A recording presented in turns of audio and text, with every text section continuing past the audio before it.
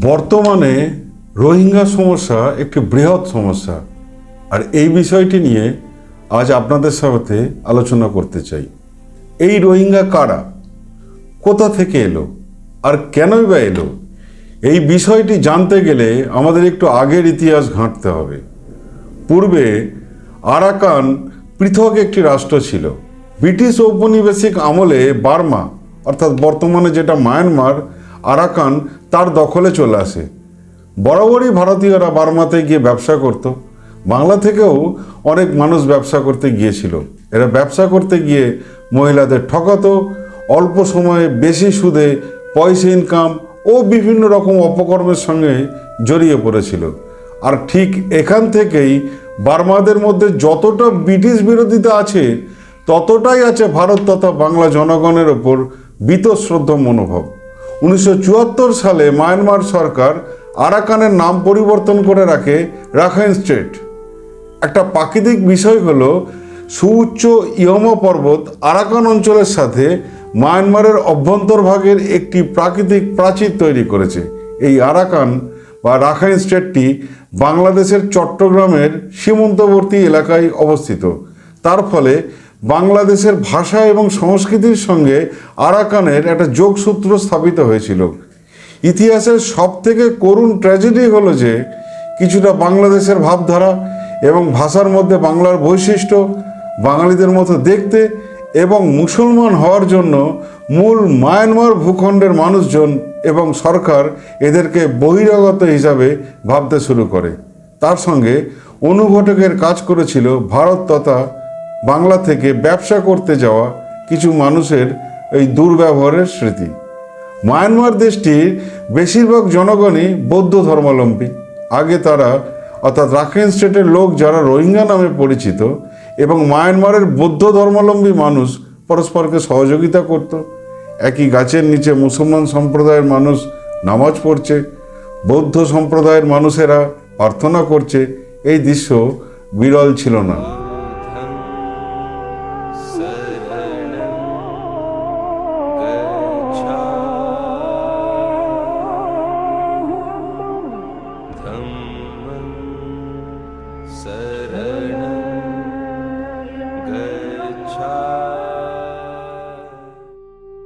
উনিশশো 1962 সালে সামরিক অভ্যুত্থানের পর থেকে রোহিঙ্গা জনগোষ্ঠীকে বিদেশি অনুপ্রবেশকারী হিসাবে চিহ্নিত করা শুরু হয়, যা ধীরে ধীরে পুরনো সব বন্ধনকে ভেঙে দেয়।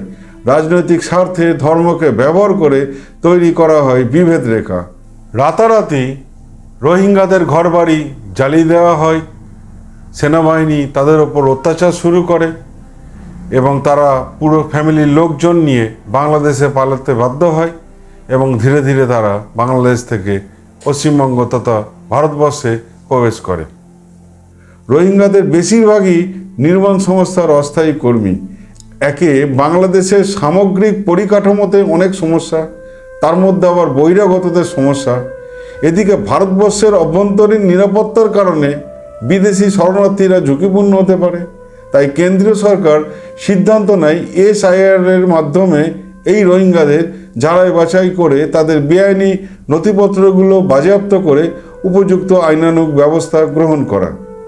এই আরাকান থেকে বিতাড়িত ভূমিহীন, নাগরিকত্বহীন এই সর্বহারা মুসলমান মানুষগুলোই রোহিঙ্গা নামে পরিচিত।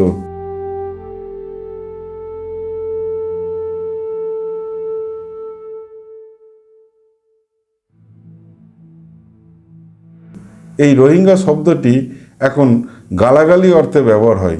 এখন প্রশ্ন হলো, এই পৃথিবীতে প্রত্যেকটি মানুষেরই বেঁচে থাকার অধিকার আছে।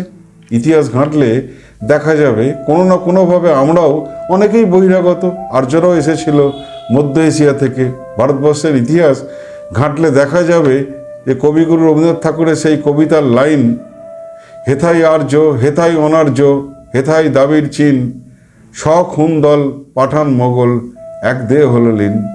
কখনো কখনো আমরা যখন আতঙ্কবাদীদের কার্যকলাপ দেখি, আমাদের চোখের সামনে দিয়ে কিন্তু ঘটে গেছে একটা পহেলগাঁও, মুম্বাই বিস্ফোরণের ঘটনা ঘটেছে, তখন যেরকম মৌলবাদী সন্ত্রাসবাদীদের উপর আমাদের মনটা ভেঙে চুরে তছনছ হয়ে যায়, রাগে ঘৃণায় আমরা গজগজ করতে থাকি, তখন কি আমরা কখনো ভেবে দেখি যে বাস্তুহারা, ভিটেহারা, স্বাস্থ্য নেই, শিক্ষা নেই, কোনো ব্যবস্থা নেই, মাথার ওপর ছাদ নেই, পায়ের তলার মাটি নেই, এই মানুষগুলোর কাছে গোটা বিশ্বই একটা দয়াহীন সমাজের মতো?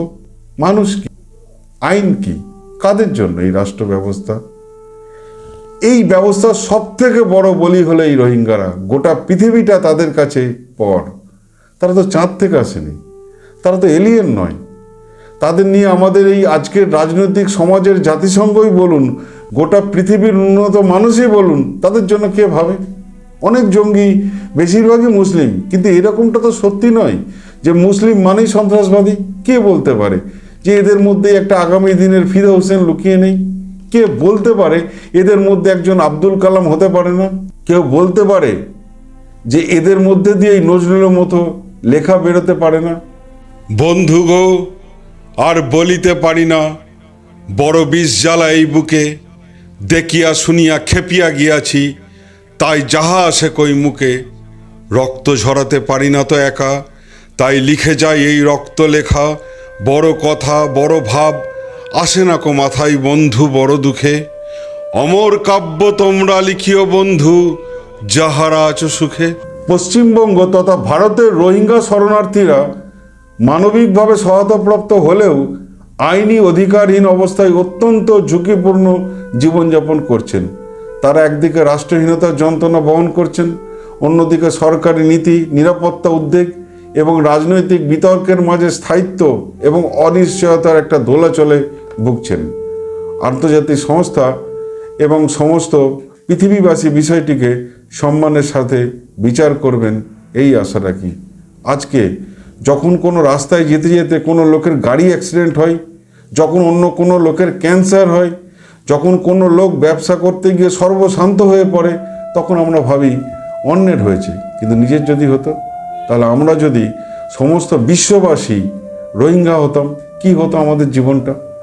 যেখানে রাস্তার কুকুরদের জন্যও মানুষ আন্দোলন করে, যেখানে বনের পশুদের জন্য আইন তৈরি হয়, সেই পৃথিবীতে কোথাও একটুও কি জায়গা নেই রোহিঙ্গাদের জন্য? ওই দেখো সাগরে ভাসা রোহিঙ্গাদের ইতিহাস, জলে ভাসে কত লাশ। ওরা রোহিঙ্গা, যাদের নেই আকাশ, কোন দোষে ভিটে ছাড়া, কেন এই ক্ষয়? শুধু জন্মেই তাদের ভুল পরিচয়। নমস্কার।